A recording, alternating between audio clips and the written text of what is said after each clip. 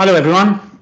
It is with great pleasure to be hosting Dr. Margaret Mitchell today, who is going to deliver a talk on the bias in the vision and language of artificial intelligence systems. Dr. Mitchell is a world-renowned AI researcher who has done seminal work on ethics, bias, and fairness of AI systems. She has recently founded her own ethical AI company, but before that, she worked at Google AI as a staff research scientist, where she founded and co-led Google's ethical AI group, focused on foundational AI ethics research and operationalizing AI ethics in Google internally. Before joining Google, she was a researcher at Microsoft Research, where she worked on computer vision to language generation systems. I think it is worth mentioning that Dr. Mitchell is an alumna of the University of Aberdeen, where she graduated with a PhD in computing science back in 2012.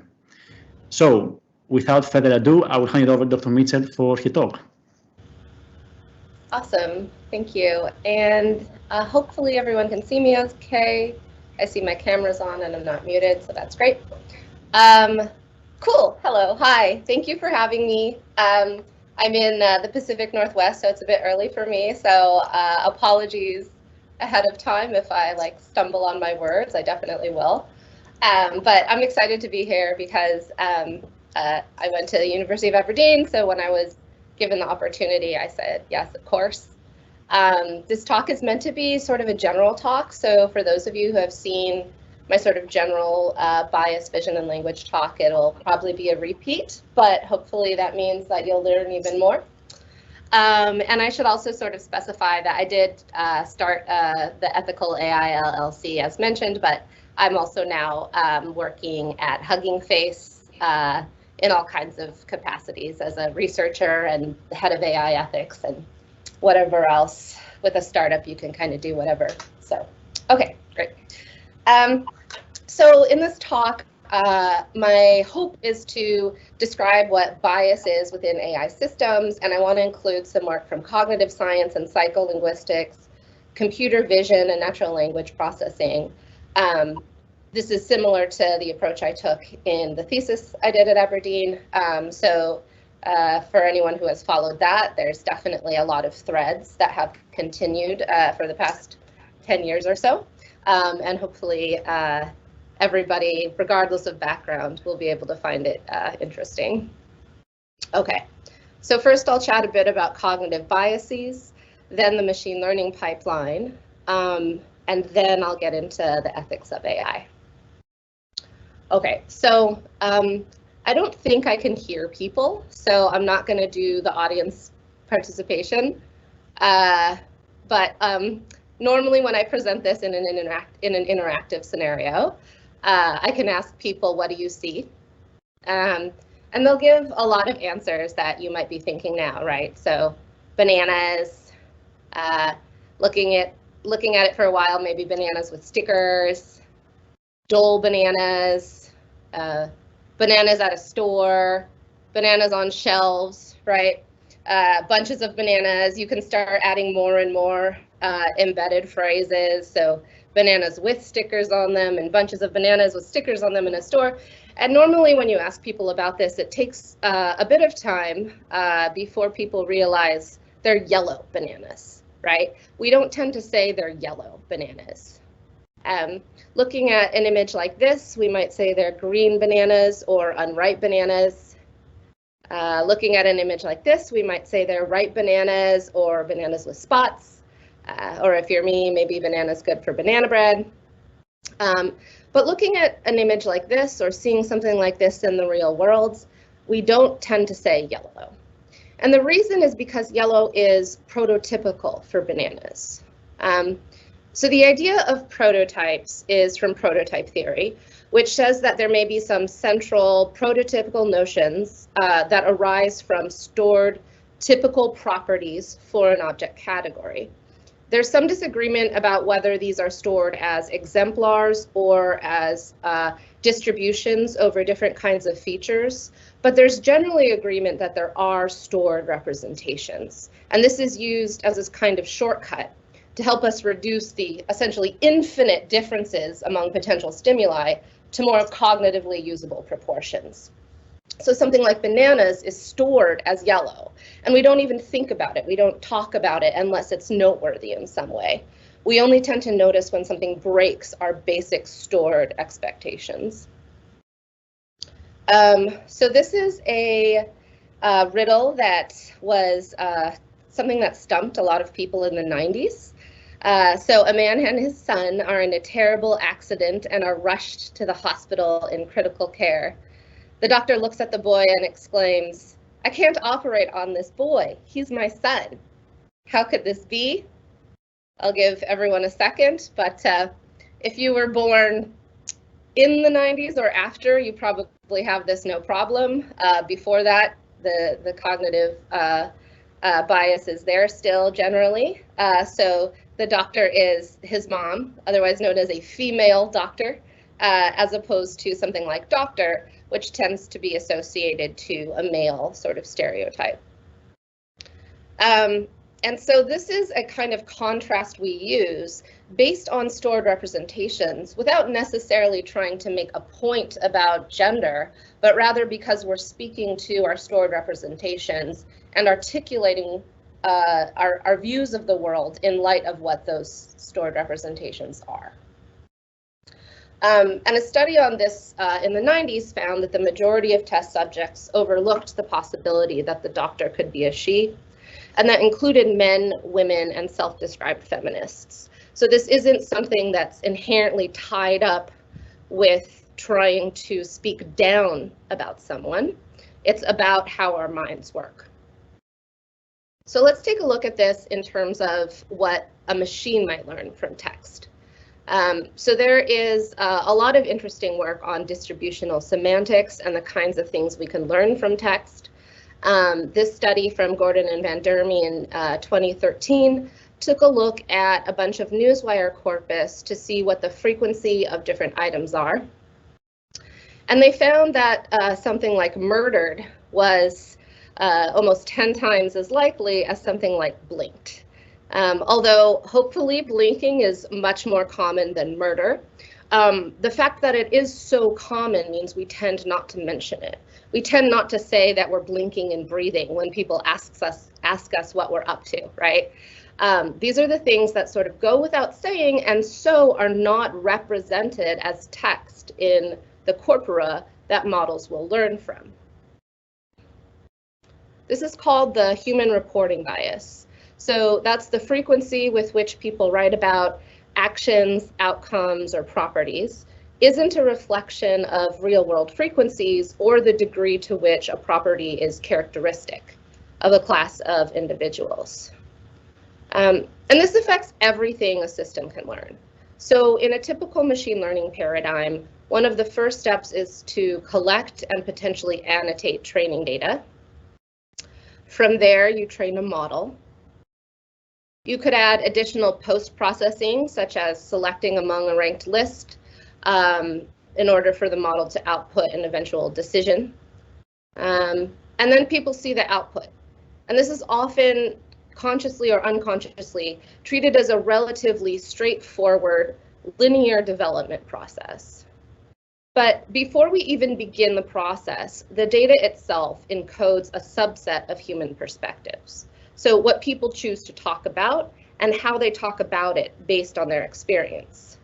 It's not everything in all experiences for all of humanity in the world ever, right? It's a snapshot.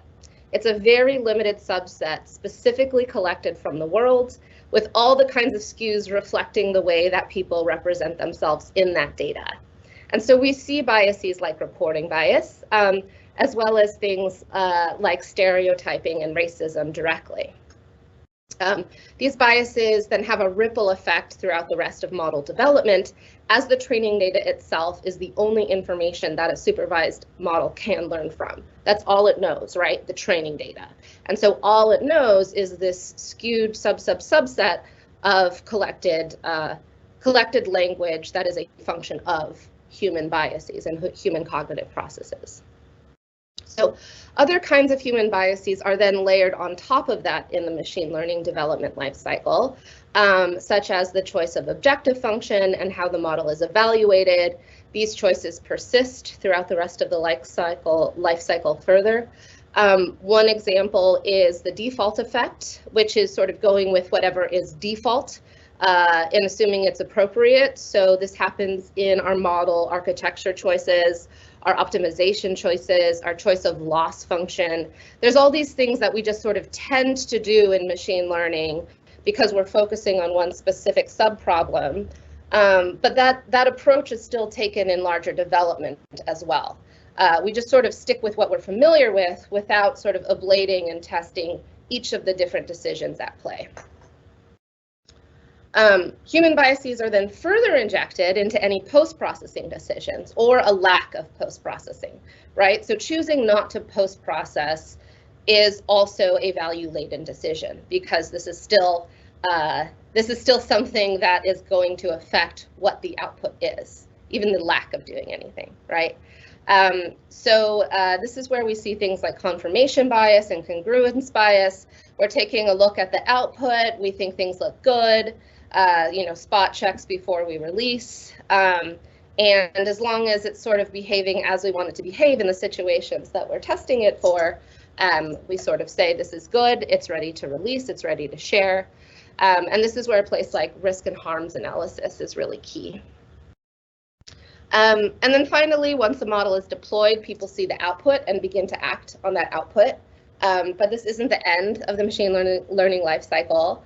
As people act on that output in outlets where further data is collected, they are themselves creating more data based on the decisions of an already biased system.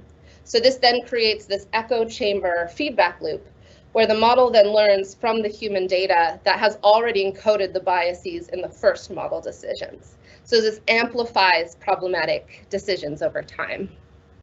And I like to call this bias laundering. And I'm very proud of this GIF for bias laundering. GIF, sorry. So let's talk about each of the biases in a bit more detail and how they relate to development. So there's biases in data selection. So for example, when you're crowdsourcing, there's often a lot of crowdsource workers that come from India or Pakistan, and that's generally not addressed as part of the annotation process and the kind of biases that brings with it. But this will reflect cultural judgments and nuances that will be different than the places where the technology will be deployed. This can end up with things like biased labels. So all labeling is biased. But here's an example where you might have people in sort of a Western country annotating for something like wedding, bride, whatever. The two images on the left are from a Western culture with Western annotators. And we see on the right also two people getting married, also wearing sort of wedding gear, but without the appropriate labelers, that's not recognized as such, which now completely erases the action of marriage, right, for these two people. And presumably this is representing people somewhere in Africa, I suppose. I'm actually not sure of the source of that one, but I think the point here is that, you know, when you have this set of labelers who is not sampled from all over the world, you're going to have labels that reflect that. And then another issue is then the representation within the data set. So consider a data set of microblog posts about actors. It might be the case that you did a great job collecting diverse annotators and have balanced splits of male and female performers. But when you dig into the content, posts about female performers would then tend to be more negative than those about male performers. And then this could lead your model to learn some form of gender bias. So this is another area where even doing balancing can't escape the fact that there is always going to be different kinds of skews, and these skews are likely to reflect things like sexism and racism. So our input data set defines what we care about for a model. The default approach to development is to simply use the training data that is available in a specific data set, evaluate on the evaluation data that is available from the data set. And so if critical aspects of the problem space, such as all the different ways that people might look when they're getting married, are not represented in the pipeline, then deploying the model means you are making the value judgment that these aspects should not be represented, right? So if the data, the training, the post-processing creates models that disproportionately underperform on some populations, you are implicitly making the value judgment that some populations should receive worse performance. I think this is a really important point to understand. So there's sometimes a view where you say, where one says, you know, I'm neutral, I'm not thinking about it, I'm not making a decision, but not making a decision, sort of punting, means that you are releasing something where some populations receive worse performance. Therefore, you are making a decision in not having any sort of post-processing that some people should receive worse performance. So it's really important to recognize that it's not value neutral. Punting does not get you neutrality. And so this sort of reflects why it's important to think critically about the values encoded throughout development if our goal is to advance ethics-informed artificial intelligence. And one of the major touch points here is between the human knowledge that we're collecting via data and artificial intelligence that is learning from that data, usually in sort of this train, validation, test split. And I like to call this the data bottleneck because it is the sort of point of failure in the information flow from human thought to AI, and it's the source of an incredible amount of issues. So in particular, there's not a way to have something like the most values. There are trade-offs in all decisions. And so it goes back to what you or your organization's values are and prioritizing among them. So, for example, we may want to release a data set in order to help with benchmarking and reproducibility, right? Everybody likes to be able to reproduce. Releasing benchmarks is great because now everyone can compare with one another. But this comes with trade-offs. It comes with the trade-offs of lack of consent for everyone who is represented in the data set. This can perpetuate further problematic ideas. It also runs up against amplification. So people who might think this tweet is public or this image is public, but only within this sphere, don't necessarily recognize that if it's part of a data set, it's now all over the world for tons and tons of people, and kind of you can't get it back, right? We don't have methods to delete data once it's out and about in the world. So there's a trade-off. There's something different between just saying one thing, putting one thing out there to an understood limited audience, and then having that collected and amplified all over the world. So for benchmarking, you're sort of making the trade-off that you are going to amplify people without their consent. And we also want to aim for things like inclusion and diversity in our data, you know, representing different people with respect to different norms. These are often thought of as really positive things when you're working with data. But this comes up against some tensions such as exploitation, when data instances are collected with the specific goal of diversity without sort of taking into account the larger contexts of who the people are and what they're representing and what they're doing. It's not yet clear, I think, what the best methods are for sort of diverse collection, but we've seen this become an issue again and again. So for an example, Google was working on the face verification unlock on the phone. They realized that they didn't have training data with enough black faces. So they used a vendor to go and collect some. And the vendor went to a homeless shelter in Atlanta, a park where there was a lot of homeless people, and paid people $5 each for their face for, you know, something that presumably Google is making millions of dollars out of. And the represented people were homeless people, right? Like that was their attempt at getting people who are Black. So clearly you're coming up against stereotyping and exploitation in an attempt to be diverse and inclusive. So these are really fundamental tensions that need to be taken into account when making decisions about how to develop data. So one of the key solutions is to sort of operationalize the ethical data development.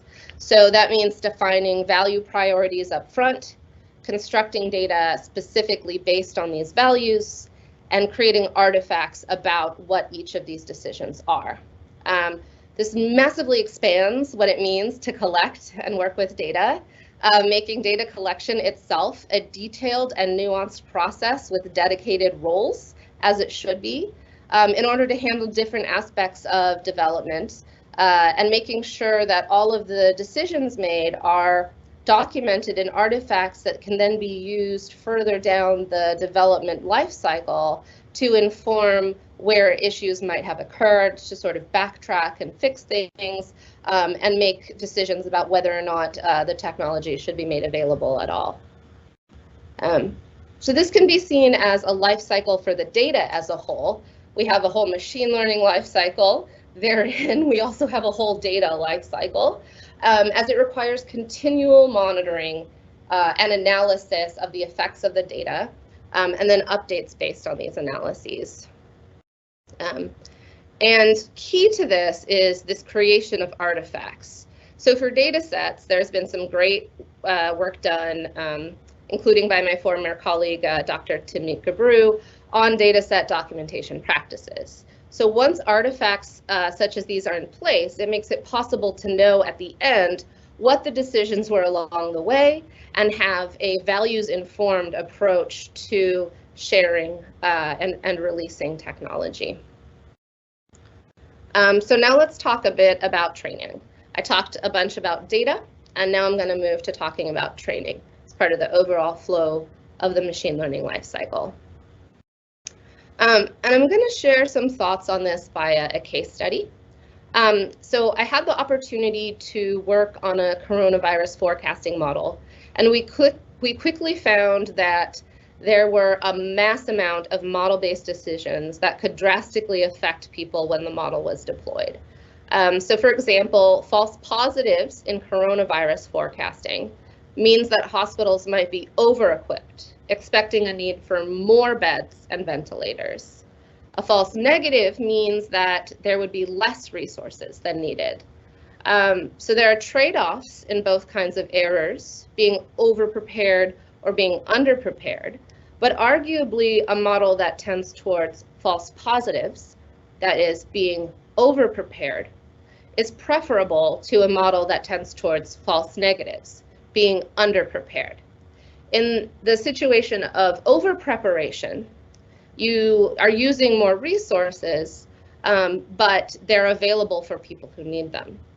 In a case of false negatives, under-predicting, you are not using enough resources and that ends in death, right? So in terms of sort of balancing like resources versus death, I think it's pretty straightforward to decide which one is the priority, right? So in this case, we want to say that a model that tends towards being over-prepared, false positives, is preferable.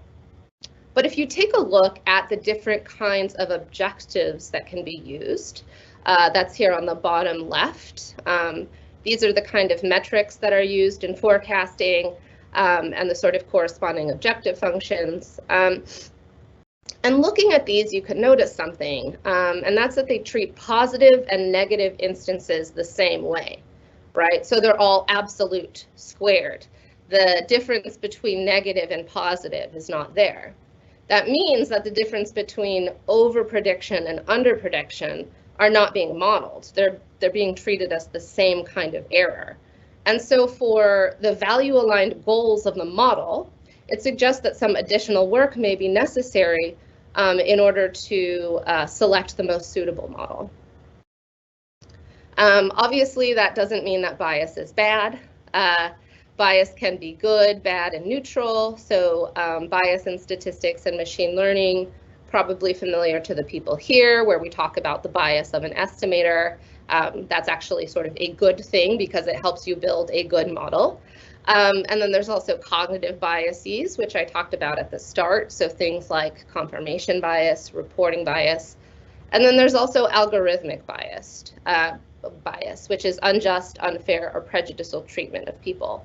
And so when we talk about bias in AI, we're generally talking about algorithmic bias, which can be informed by or a function of cognitive biases, but that ends up with unjust treatment of people, and specifically people alongside identity characteristics. So much of the work on algorithmic bias is thinking about how not to perpetuate racism. So that means keying in on people based on race. Sexism, keying in on people based on gender, right? So algorithmic bias has a lot to do with personal identity characteristics, the ones that people very strongly identify with as part of who they are as a person, and making sure that those identity characteristics don't receive disproportionate harm compared to others.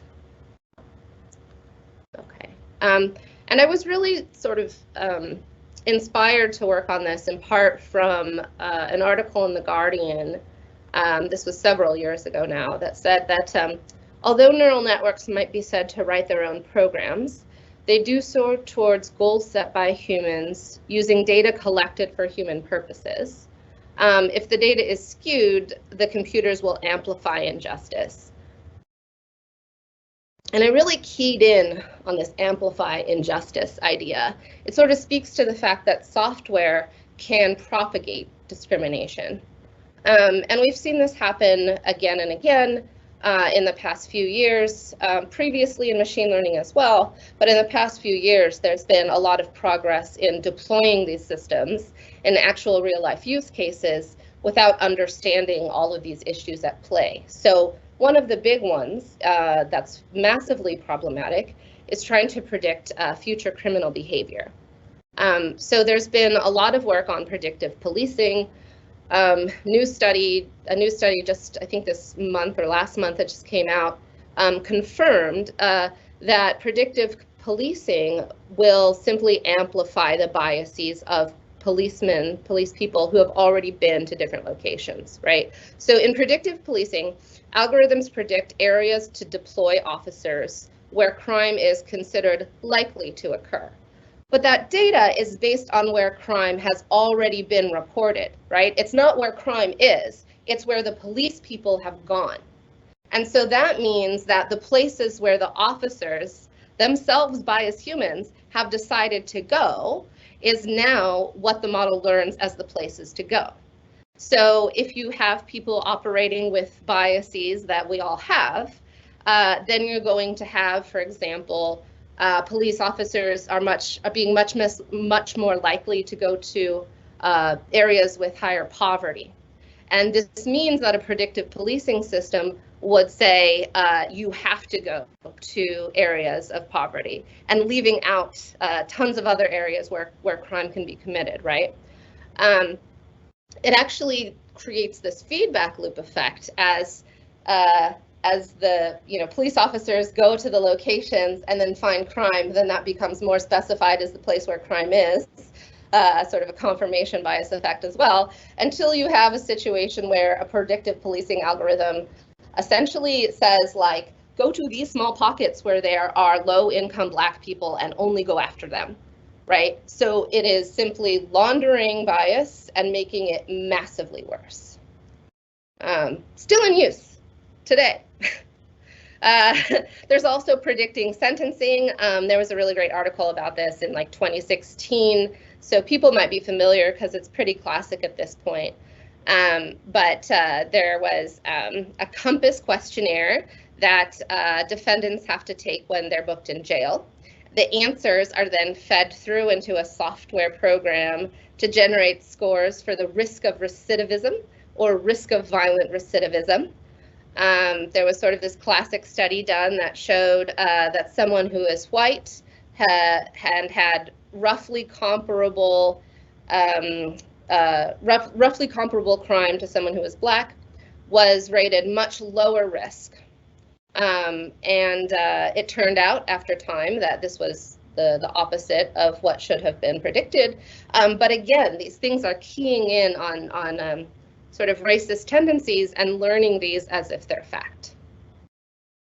So this is something like automation bias, so favoring the outputs of a system in the face of a whole bunch of other problems.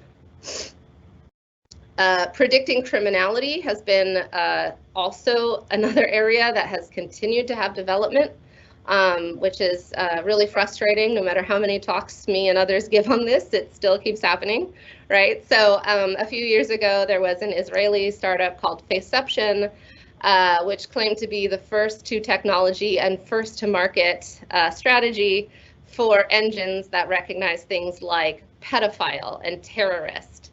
And their main clients were Homeland Security and public safety. They didn't publish details about their methods or sources of training data, but there was a very similar paper that did. And so I was able to analyze those with some of my colleagues in order to understand what is this modeling really doing? What is the machine learning system actually picking up on? And we found things like that they're only using under 2,000 cropped images of faces. So if you're familiar with deep learning, that's not a lot. And the results say things like the angle theta from nose tip to two mouth corners is on average 19.6% smaller for criminals than for non-criminals. And like, that sounds smart, right? Like, wow, they're using theta, there's like a percentage. But thinking through it, it actually, that's actually the difference between smiling and not smiling, right? How big that angle is. And so we see confirmation bias. They really want to be able to say they're predicting criminality, but they're missing the correlated factors of the mug shots of criminals versus the more like general social media images of people who weren't criminals. They're sort of coming to these conclusions based on their desire for that conclusion as opposed to what the model is actually picking up on. So that's selection bias, experimenter's bias, confirmation bias, feedback loops, all of these cognitive biases that come into play in creating and releasing technology that discriminates. There's been further work on this with predicting internal qualities. So similar issue with predicting homosexuality, similar sort of over highfalutin sort of language about like consistent with the prenatal hormone theory of sexual orientation. Gay men and women tended to have gender atypical facial morphology. Sounds really smart, right? It had PHT, that's like an acronym or initialism. Turns out the authors have no background in prenatal hormone theory. And actually, if you take a look at how they collected the data and what they did, they were collecting images of gay people from dating websites where they were self-presenting as someone who, was interested in finding a partner, compared to more general social media pictures. So a simple decision tree based on how we present ourselves in different situations. So wearing makeup, wearing glasses, the positioning of the camera, right? Apparently you look more attractive if you do a picture like up versus down, right? That got us to about the same level of accuracy as this machine learning model that claimed to predict homosexuality. So it's really keying in on very superficial things, and that's being used as evidence that these things actually work to create really serious harms. How am I on time? I think I go until maybe 10 more minutes. All right, so let's talk about measuring algorithmic bias. So I just talked about data, then machine learning, then the ways that these things get propagated in society in problematic ways. So now let's talk about how to actually evaluate for how well these things do so we can hopefully not release technology that's harmful.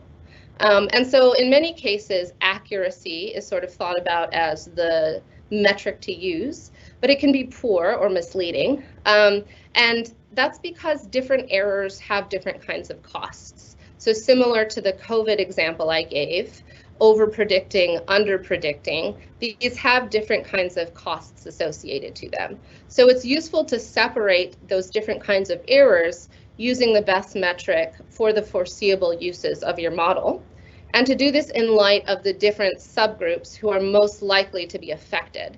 So this is called disaggregated evaluation as opposed to aggregated. You're breaking it down in terms of the different subgroups of interest and measuring across the subgroups using the metrics that are most relevant. So for example, looking at women face detection and men face detection, the difference between the two, that's a way to do disaggregated evaluation to understand how biased your model is between men and women. It's important to realize that a single subgroup value, such as women, will miss the interacting effects of multiple marginalized characteristics.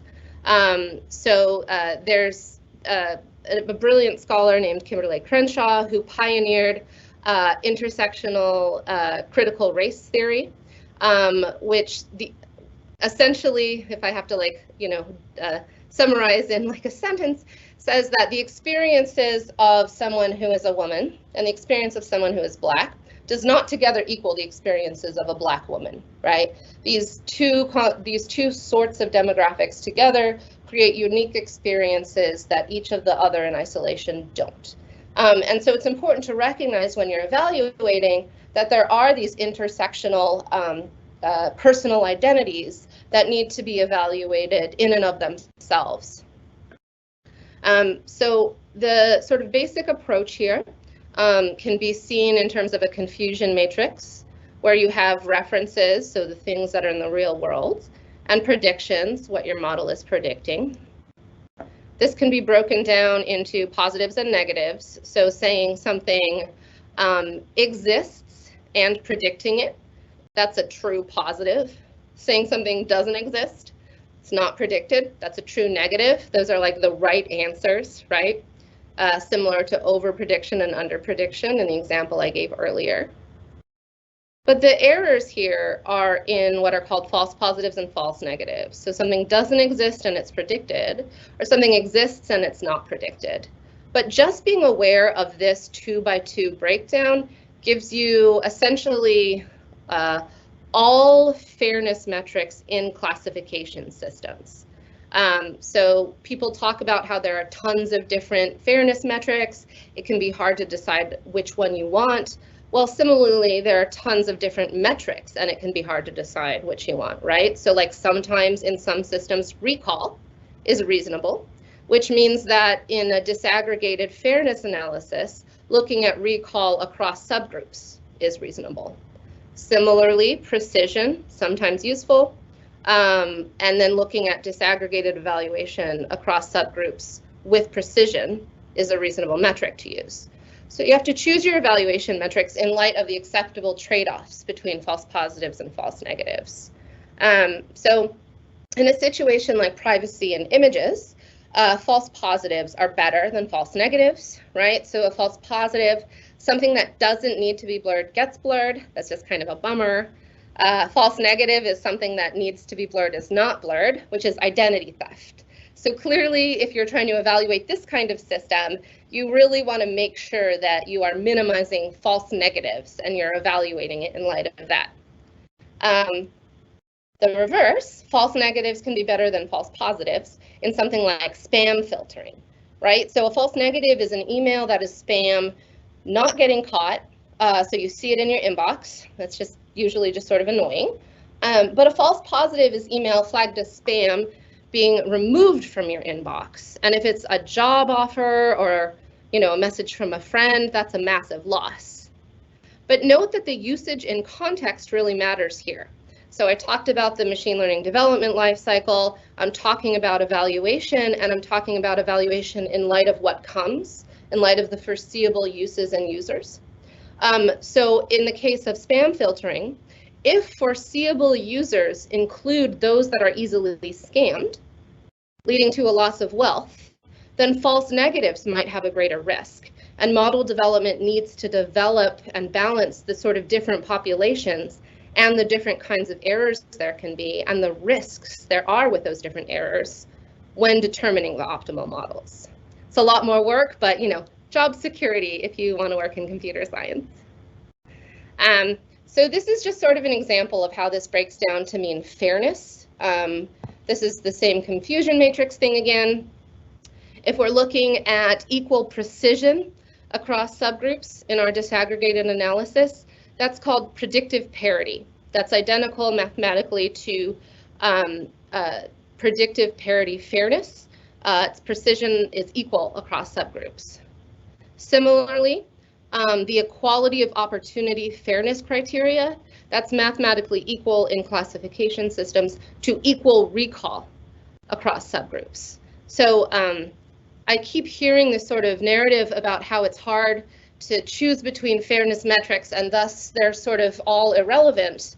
But I think people sort of need to understand that making that argument is essentially the same as saying, well, precision and recall are two different metrics, so we shouldn't measure things, right? So precision and recall are two of the most common metrics to use in machine learning.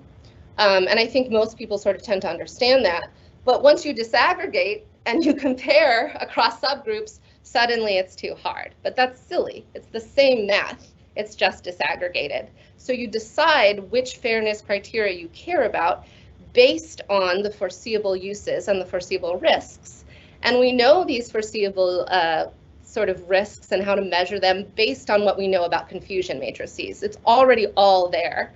All we're doing now is taking a look at disaggregation across subgroups.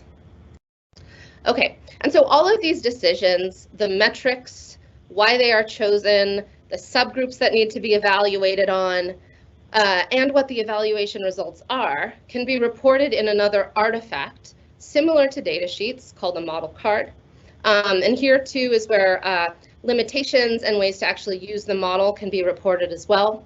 So you'll remember in talking about data, I talked about things like data sheets, which provide an artifact in order to understand decisions made throughout the process and being able to reflect back on usage.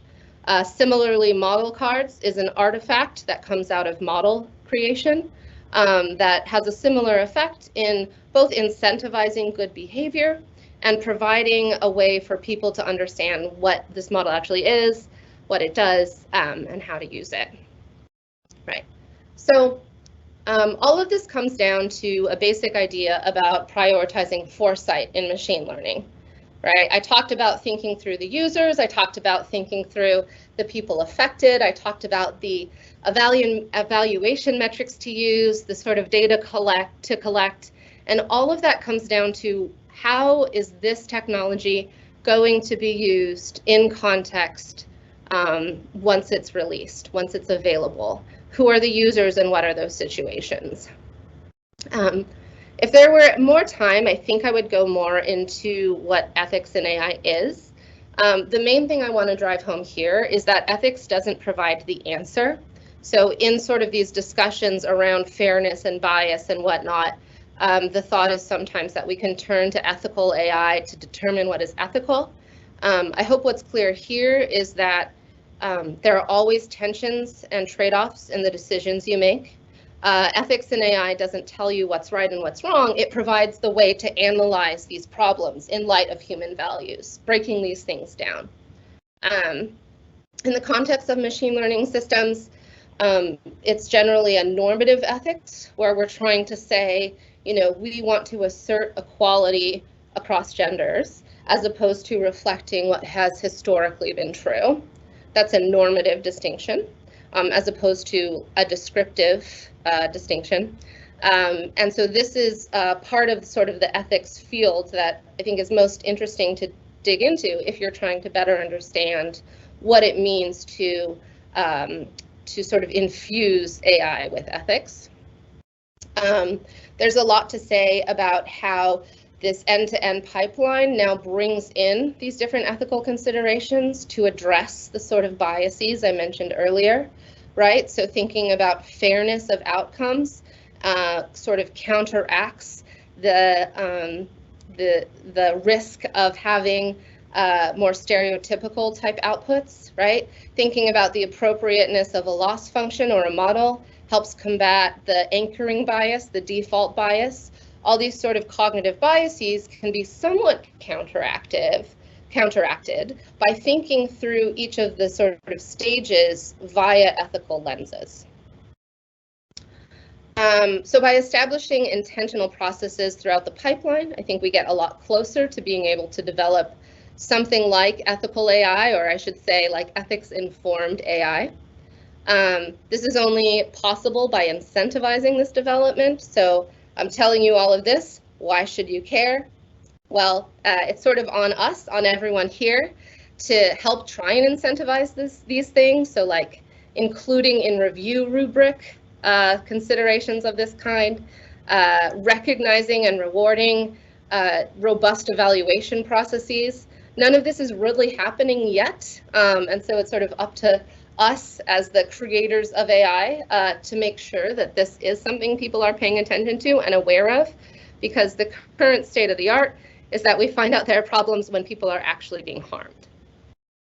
Right, so in conclusion, foresight. Most important takeaway here, thinking through what the contexts are where the system can be used, who the people are, what the foreseeable harms and risks are. This is one of the most key things you could do for developing more ethical AI. And ideally, we can go from sort of a more majority representation approach to AI to something more like diverse and inclusive representation. All right, thanks.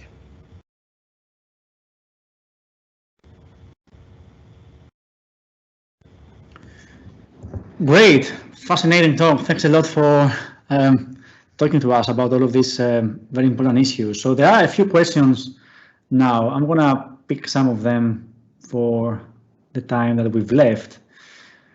So the first question is, can having a more diverse group for each stage of the ML process help in reducing bias?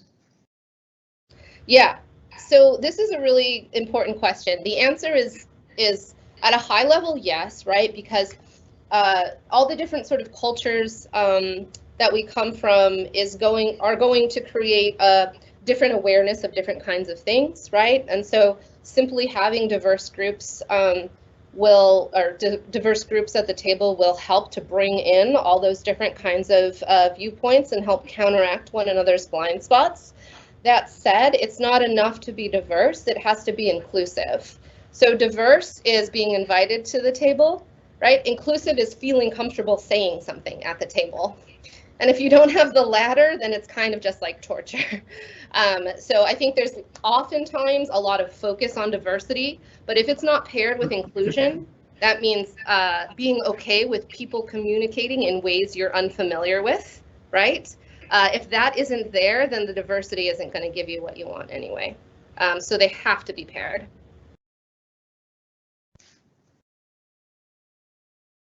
Perfect. So I think there's another question on the chat, which perhaps, I don't know if we know the answer, but I think it's a good question to engage in a further discussion. It relates to how can we find out about who annotated the data in the public domain? And I think the person that asked this question provided a link to the COCO dataset, for instance, as an example, which I guess that's just an example. There are many such datasets. So for MS COCO in particular, I was there when it was being released at Microsoft, and I can tell you it was Amazon crowd workers, and I can tell you there was not a lot of documentation on who they were because it was sort of before this norm. And so for a lot of data sets, we don't know who annotated them. These ideas around data sheets and things like that hadn't yet been brought to the fore. And so there are tons of data sets out there that largely have been annotated by people on Amazon Mechanical Turk without much more information on that. You can sort of pay attention to where Amazon Mechanical Turk workers are geographically over time, and you'll find that until maybe about 5 years ago, it was sort of dominated by India and Pakistan. So it would be like reasonable to assume that MS COCO was annotated by people in India and Pakistan who were, doing it for their job. but we can only guess at this point, unfortunately. So there's another question. I'm going to read it out loud. So would prototype theory apply to the service offered by an ML model? If yes, then can perceptions of models by human users be biased? Would this not have implications for human evaluation of ML models? Sorry. So the question is about whether an ML model stores prototypes. I think there are two parts of this question. So the first is, would prototype theory apply to the service offered by an ML model? So I think that's the question. Yeah, so for the first part of that question, it's kind of more of an argument about what you consider intelligence. So prototype theory is developed in light of human intelligence, and so it speaks to stored prototypes, which could be a distribution over properties. In machine learning, you also have distributions over properties, right? So one can make an argument that it's a type of prototype. I think that there's it's a little bit unclear what's the distinction then between something that's typical and prototypical. I can explain that for humans. I'm less sure for machine systems, but there's definitely these things that machine learning systems pick up that are become like the classic canonical examples of things, very, very similar to prototype theory with humans. And then I don't know if there's a second parter. I think that the second part was related to kind of whether the answer to the first part was yes. So the answer was like, if yes, then can perceptions of models by human users be biased? Yeah. Yeah. Yeah, I mean, this is sort of goes to all the different cognitive biases I mentioned at the start of the talk as well, right? So automation bias in particular is where we tend to trust the decisions of a system, even in light of contradictory evidence. And so automation bias is at play in tons of human decisions when they're interacting with ML models. So absolutely, in fact, it's not can it bias, it does bias people's impressions, yeah. I see another question, perhaps, that was inspired by the fact that you mentioned that you are now working in a Hugging Face that you mentioned before. Yeah. Is there anything specific in Hugging Face that you are doing that would encourage more ethical machine learning development? Yes, actually, we have a launch today. So if you follow me on Twitter, pay attention. We're supposed to, and we're actually supposed to be launching it right now, but I had to stop to give this talk. So we'll see if something broke while I was gone. Maybe we'll have to put it off another day. But yeah, that's part of what I'm trying to do there. I want to build tools to help people actually create sort of more ethical AI. We can write papers about what we want them to do, and we can also provide the tooling to do things like examining data sets in fine-grained detail. And so that's the sort of thing I'm working on at Hugging Face. Absolutely. That's great to know, because I follow you on Twitter, so I'm going to give an eye out for any developments. So there is a very interesting question that is quite important, I think. Is it okay to modify the data or create some of the new data within the data set to reduce the bias? For example, creating a new group in the data set to reduce bias? Yeah, I mean, that's the idea with asserting normative constraints. Basically, you want to say, I want the data set to have this kind of behavior, or these kinds of representations. So I'm going to curate the data set in order to create those representations. I advocate for that as opposed to naive scraping, which is currently the state of the art, because naive scraping still gets, these random pockets of the internet. It's still not all of the world ever. It's just not documented biases, right? So it's like a lot of Reddit. Okay, that's not all of the world, but if we're not being clear about that, it's sort of misunderstood as being somehow generally representative. So by asserting, actually, I want Reddit type data, you put in that sort of constraint, now you actually have a curated data set that speaks to what you're aiming to do. So absolutely, adding things to data, augmenting data, that's completely the way to go. Yeah. Another question relates to the fact that Given how well documented all these issues are about ethics and how important it is to have inclusion and diversity when we are developing ML system, why do you think people and organizations still decide to cut corners when it comes to adopting ethical processes in the machine learning development? So honestly, I think it's a little bit different between academia and industry. I would say that in academia, there really has been a pickup in interest in ethical processes. You guys might be familiar that ACL, which is sort of the main NLP publishing venue, has adopted more and more around ethical considerations and reproducibility checklists and things like that. In industry, at least at top tech companies, I think the answer is that they don't care. You know, I can opine more as to why, but that's unfortunately the answer. You get to people who have been working there for 20 years, they're fine, they don't care, and they'll stop you. So, wah wah. Yeah, I can imagine. Yeah, that's true. So I think we have a couple of more questions. I guess we are on time, so I will ask them. So one of them is it ever going to be sufficient to only remove biases at source? Surely that has to be coupled with evidence that interacting with AI actually leads to less biased decisions. Generally speaking, don't these bias removal efforts need to be verified by human-AI interaction work? Yeah.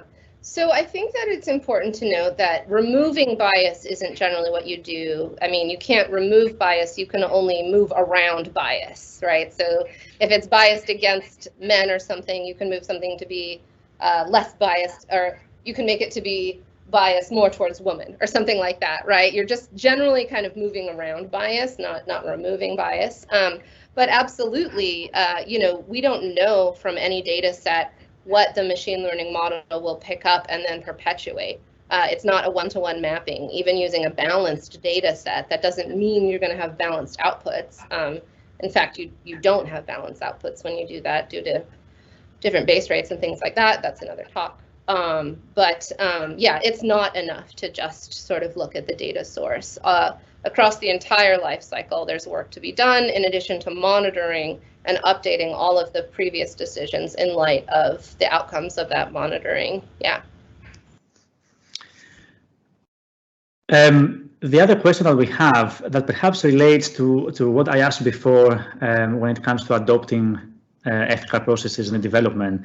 I think this question is more about in a situation where a group A makes data about itself available and a group B does not, and this leads to technology that is biased against group B, but this cannot be fixed without data from group B. Should you just not allow for the technology to exist?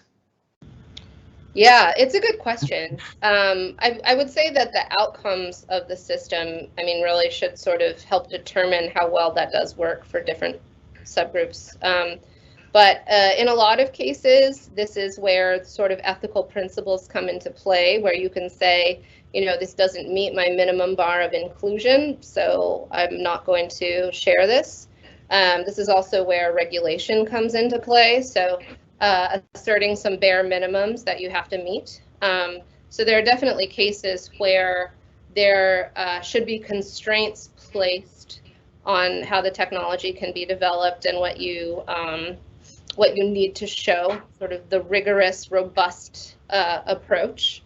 Although at the same time, just saying like, oh, it should be regulation from the government, that governments aren't like all perfect entities, right? So, it's not necessarily the case that saying it shouldn't be allowed is going to, get you to a place where regulation is the right answer, because who enforces it and what are they saying and why, and are they totalitarian? So, like everything, it's nuanced. My personal kind of comment now, it's mostly because you touched upon the algorithmic bias in your presentation, and actually, I don't know, perhaps you might be aware that there was quite a strong debate about whether we only have data bias, or why we have an algorithm that might be biased and there's only data bias and so on. So there has been some debate on that, which I find a bit, striking, because that shows a bit of ignorance of the source of bias. So do you think that if you have people that are not aware of sources of bias or sources of discrimination, being part of ML development can actually, create more issues than solving any? So that's a weird situation, right? Yeah. I mean, you'll see, ostensible luminaries in machine learning opining on how it's just the data, which shows this sort of overall problem I've noticed in AI of black and white binary thinking, right? Where you reduce everything to either this or that, and never this and that, which is like a very strange cognitive bias I can't understand. Why would you ever say data or algorithm, right? It's obviously both. Why doesn't that work in your head, I think it speaks a little bit to the culture of AI and who has been able to become a luminary in that space. Hopefully by giving talks like this, continuing to sort of explain, it'll get through. I think for some people, maybe it won't get through ever, but that argument is not a relevant argument for solving any of the issues. Exactly, and I think that's why I want to ask this question, because it's very important in talks like yours that you provide, your expert insight on how things work. It's important to pass the message across for people that start now to work in this domain, to avoid making, such mistakes if they can, or try to make a positive, change in our field. So I think that's very important. Yeah. I think we are just on time, so I don't want to ask any more questions. I think there's only one question. I don't know if you want me to ask. I can ask it just because the last one. Sure. How far away do you think ML is from being trusted to make a judgment call in an autonomous vehicle crash where the decision comes down to protecting the pedestrian or the driver from harm? Oh my gosh, it's the trolley problem. Oh my gosh. Okay. So I think it's important to separate thinking exercises in philosophy with machine learning development. The idea that there would be a situation where a car needs to make a judgment and can't slow down or stop, that it has time to decide between harming two entities and has no other option to it, is a contrived scenario, right? That's not something that will actually happen in real life, because there's always brakes, there's always there's always human control, there's always other things that are at play. And so I think that's thing one. The answer to the trolley problem is like, how about braking instead, right? How about working on braking technology so that you don't hit one or the other, but actually you stop, right? So there's that. But I should also say that it's not really judgment per se. It's just classification, or it's just like probabilities and stuff. So. It's not a judgment per se. It's just whatever it's learned from its training data. So, yeah. Perfect. Apologies, everyone. There are more questions, and I know Dr. Mitchell is very popular, but we cannot take any more questions because we are out of time. So I would like to thank you personally for accepting to give us this talk. It was a fascinating talk, of course, as expected. So yeah, that's much appreciated. Cool. Yeah, thank you guys so much for having me, and I recognize the room you're in, so that's very exciting. I spent a lot of time in that room, so yeah, it's great to see you. Thanks. Brilliant. Very nice to have you. Have a nice rest of your day. You too. Bye bye, everyone.